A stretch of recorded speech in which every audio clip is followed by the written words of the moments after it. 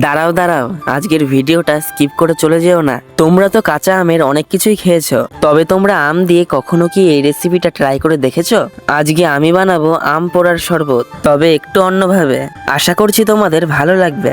এখানে দেখতে পাচ্ছো আমি আমগুলো পোড়ানোর জন্য উনুনের মধ্যে দিয়ে দিয়েছি। 5 থেকে 10 মিনিট পর আমগুলো ভালোভাবে পোড়ানো হয়ে গেলে উনুন থেকে আলাদা একটা পাত্রে তুলে নিতে হবে।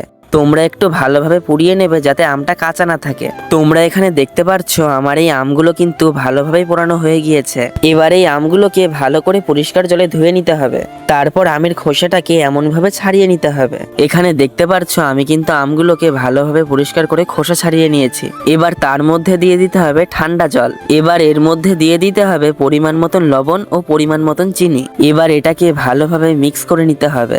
সত্যি কথা বলতে আমি জানি না যে ভিডিওতে আমার ভয়েসটা কেমন এসছে। আসলে আমার একটু ঠান্ডা লেগেছে, তো তার জন্য ভিডিওতে ভয়েস দিতে একটু প্রবলেম হচ্ছে। যাই হোক, তোমরা কিন্তু একটু ম্যানেজ করে নিও। আর এখানে দেখতে পাচ্ছো আমার আম পোড়ার শরবত কিন্তু পুরো রেডি হয়ে গিয়েছে।